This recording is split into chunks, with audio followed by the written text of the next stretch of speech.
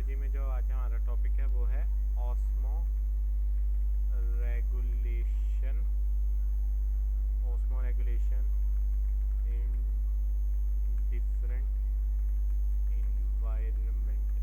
ठीक है,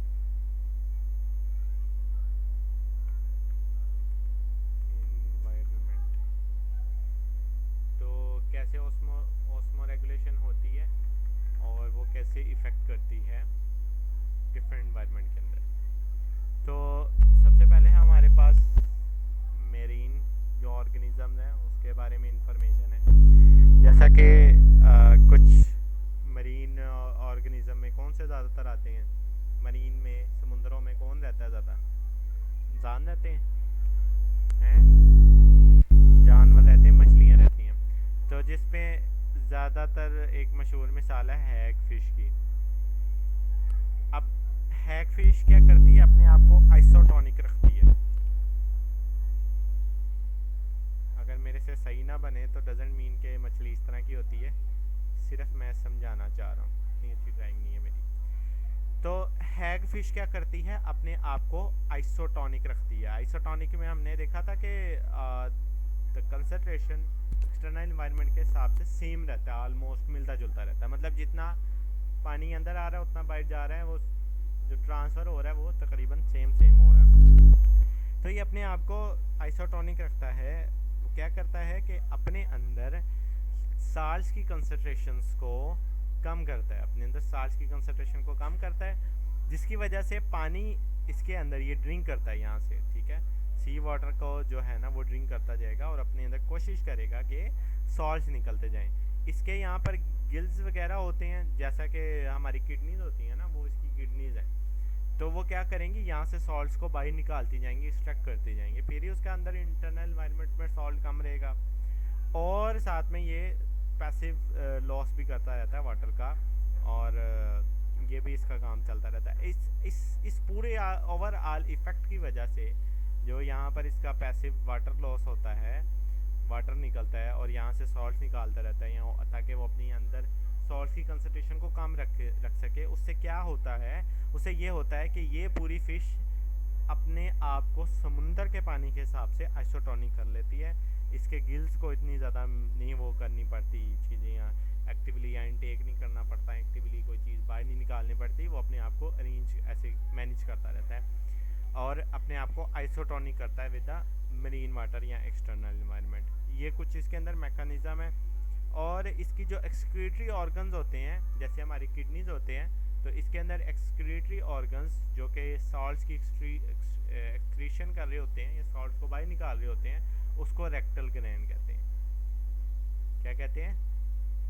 rectal gland कहते हैं उसको। तो ये हैग फिश के अंदर ये प्रोसीजर होता है। और उसके बाद आपके पास जो फ्रेश वाटर फिशेस वगैरह हैं जो फ्रेश वाटर के अंदर रहती हैं, जैसा कि बोनी फिशेस हैं। ठीक है, बोनी फिश की एग्जांपल दी है उसने, ये फ्रेश वाटर के अंदर रहने वाले हैं। ये मरीन की बात नहीं हो रही है, फ्रेश वाटर की हो रही है। तो वो क्या करते हैं, फ्रेश वाटर वाली फिशेस अपने अंदर, किसी ने मेरी ड्राइंग देख ली ना तो उसने मुझे कुटना है। अब मिसाल के तौर पे ये आपके पास फ्रेश वाटर वाली फिश है, तो ये क्या करेगी, अपने अंदर सॉल्ट्स की जो कंसंट्रेशन है, सॉल्ट्स की कंसंट्रेशन उसको बढ़ा के रखेगी। ये कम करती थी, ये बढ़ा कर रखती है। उस बढ़ाने की वजह से क्या होता है कि ये large amount of hypotonic urine को रिलीज करती है, कि जिसके अंदर सॉल्ट्स कम होंगे। इसने क्या चीज़ रिलीज करनी है, इसने हाइपोटोनिक यूरिन रिलीज करना है। हाइपोटोनिक रिलीज का मतलब ये, यूरिन का मतलब ये कि इसमें सॉल्ट्स की कंसंट्रेशन कम है, क्योंकि उसने अंदर मेंटेन करके रखने हैं।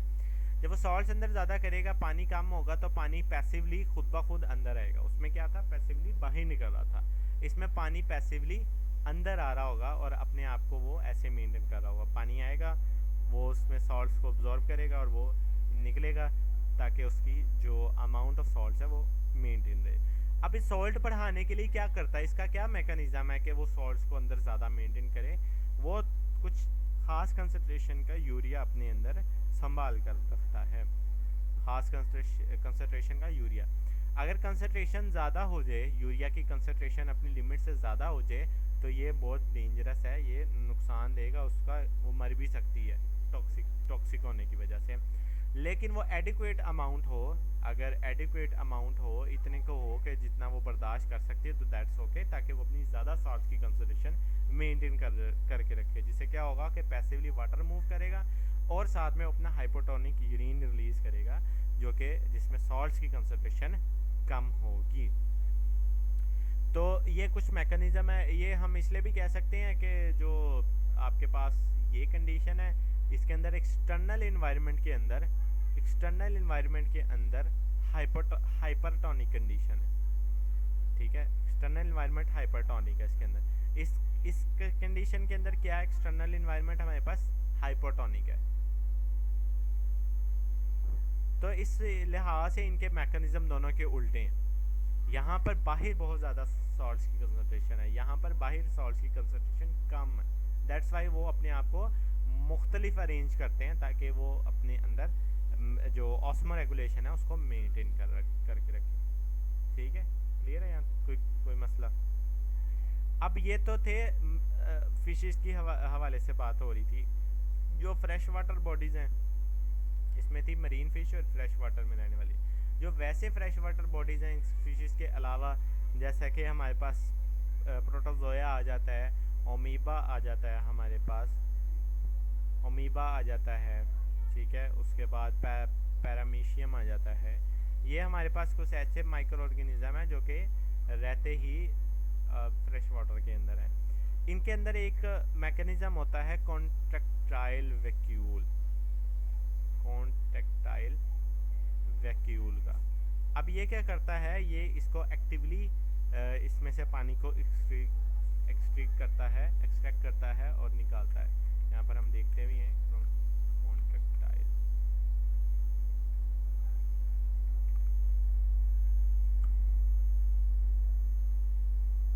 ये देखो, ये कुछ इस तरह का मैकेनिज्म, इस तरह का स्ट्रक्चर होता है इसका। और ये क्या करता है, पानी को पुश करता है, बाहर निकालता है इसको, उसमें से पानी को बाहर, मतलब उसकी जो बॉडी होगी उसमें से उसको बाहर निकालता है। जब एक्सेस ऑफ वाटर निकलता है, जिससे बहुत ज़्यादा डिल्यूट यूरिन होता है, और अब इसके साथ हो सकता है कि पानी के साथ सॉल्ट्स भी ज़ाया हो जाए उसके, जाहिर सी बात है। उसने तो ये तो नहीं ना देखना, वो तो पंप लगा हुआ है बस, जिसने पकड़ के उसको निकाल ही जाना है। तो हो सकता है इससे सॉल्ट्स की लॉस भी हो, लेकिन उसको कैसे मेंटेन करेगा, उसको वो सॉल्ट्स को एक्टिवली गिल्स के थ्रू या अपने अंदर जो बॉडी के अंदर एक्सटर्नल फूड के थ्रू अंदर लेके जाएगा और अपने सॉल्ट्स की कंसंट्रेशन को मेंटेन करके रखेगा। जो फ्रेश वाटर बॉडीज़ हैं वो क्या करती हैं, उनके अंदर कॉन्ट्रैक्टाइल वैक्यूल होता है जो कि पंप करता है, कुछ इस तरह का स्ट्रक्चर होता है। तो वो क्या करता है, उसको पंप करता है वाटर को, ताकि वाटर उसकी बॉडी में से बाहर निकल जाए, ठीक है। वाटर क्या करे, बाहर निकल जाए। तो बाकी वो क्या करेगा, इसके साथ वाटर के साथ सॉल्ट्स भी ज़ाया हो सकते हैं, वाटर के साथ सॉल्ट्स भी ज़ाया हो सकते हैं। अब ये सॉल्ट्स की जो कमी हुई है वो कैसे मेंटेन होगी, कि वो फूड में से सॉल्ट्स को ले लें, फूड में से अपनी सॉल्ट्स की कंसंट्रेशन को पूरी कर लें, या एक्टिवली बाहर से अगर अवेलेबल है एक्सटर्नल इन्वायरमेंट से तो उसको इनटेक कर ले वो। फिर उसके बाद टेरिशियल है। टेरिशियल वो होते हैं जो कि ज़मीन में रहने वाले हैं। तो टेरिशियल वाले जो हैं वो, उनको सबसे ज़्यादा पानी की मैनेजमेंट करनी पड़ती है, बिकॉज उनके पास पानी की अवेलेबिलिटी नहीं है। उन्होंने एक्सटर्नली इनटेक करना है, उसको खुद से इनटेक करना है पानी। और उनके बॉडी में एक सबसे बड़ा इशू है, टर्शियल रहने वाले जो जानदार हैं, जो ज़मीन पर रहते हैं, उनको सबसे बड़ा इशू डिहाइड्रेशन का होता है, कि उनके पास पानी की अवेलेबिलिटी नहीं हो, पानी मिले ही ना तो क्या होगा, डिहाइड्रेशन हो जाएगी, बॉडी में पानी की कमी हो जाएगी। जैसे कि आर्थ्रोपोड और वर्टिब्रेट्स वगैरह। तो ये कैसे अपने आप को मेंटेन करते हैं, सबसे पहले तो जैसे इंसेक्ट की मिसाल लो, तो इंसेक्ट के अंदर एक्सोस्केलेटन होता है। एक्सोस्केलेटन वो होता है जो कि नॉर्मल स्केलेटन के बाहर, मतलब कवरिंग होती है ओवरऑल, तो वो एक्सोस्केलेटन होता है। एक तो इसमें ये चीज़ होती है, और उसके अंदर आपके पास मल्टी लेयर की स्किन होती है।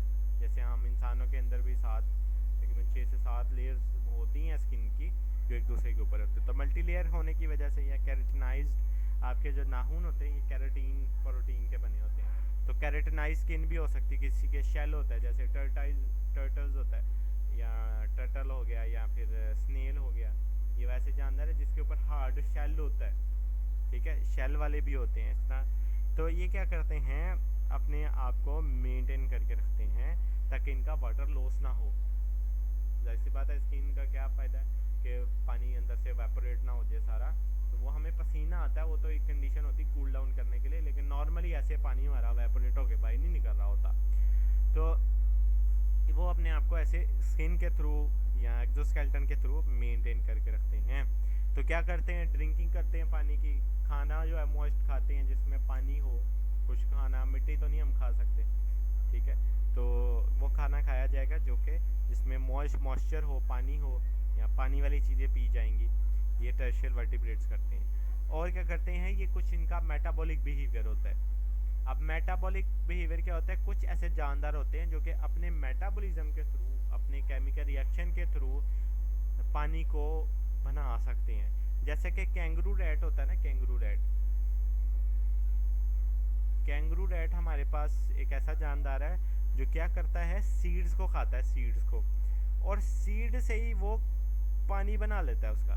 जब कार्बोहाइड्रेट सीड से उसे क्या मिले, काफ़ी ज़्यादा कार्बोहाइड्रेट्स मिले, जब कार्बोहाइड्रेट ने आगे रिएक्ट करना है, रिएक्शन होना है उसका, तो उसके बाय प्रोडक्ट में पानी भी बनता है, और ये वो पानी इस्तेमाल करता है, मतलब पानी पीता नहीं है ये सिर्फ सीड्स खाकर कार्बोहाइड्रेट ज़्यादा लेकर उसके बाय प्रोडक्ट में हमारे पास पानी बनता है, और ये वो पानी यूटिलाइज करता है। तो ये जो है इसकी क्या हो जाएगी, ये इसका मेटाबॉलिक मैकेनिज्म हो जाएगा। कुछ का बिहेवियर मैकेनिज्म होता है, वो क्या करता है, अगर आपके पास कोई बहुत ज़्यादा धूप आ रही है तो वो जानवर क्या करेगा, छाँव की जगह पर चला जाएगा, वो भाग कर कहाँ चला जाएगा, छाँव की जगह पर चला जाएगा, ताकि वो उसको उसका जो वाटर लॉस है वो ज़्यादा ना हो। अच्छा, वो टर्शियल एनिमल की वो खसूसियत जिसमें वो डिहाइड्रेशन को, पानी की कमी को बर्दाश्त कर सकता है, उसको एनहाइड्रोबायोसिस कहते हैं। तो ये बड़ा इंपॉर्टेंट एमसीक्यूज है, शॉर्ट क्वेश्चन भी अक्सर आया हुआ है कि एनहाइड्रोबायोसिस क्या होता है, कि टर्शियल एनिमल्स की वो खसूसियत जिसमें वो डिहाइड्रेशन को बर्दाश्त कर सकता है। क्या कर सकता है, डिहाइड्रेशन को टॉलरेट कर सकता है, बर्दाश्त कर सकता है। इस तरह के जो प्रोसेस है या खसूसियत है, एनहाइड्रोबायोसिस कहते हैं।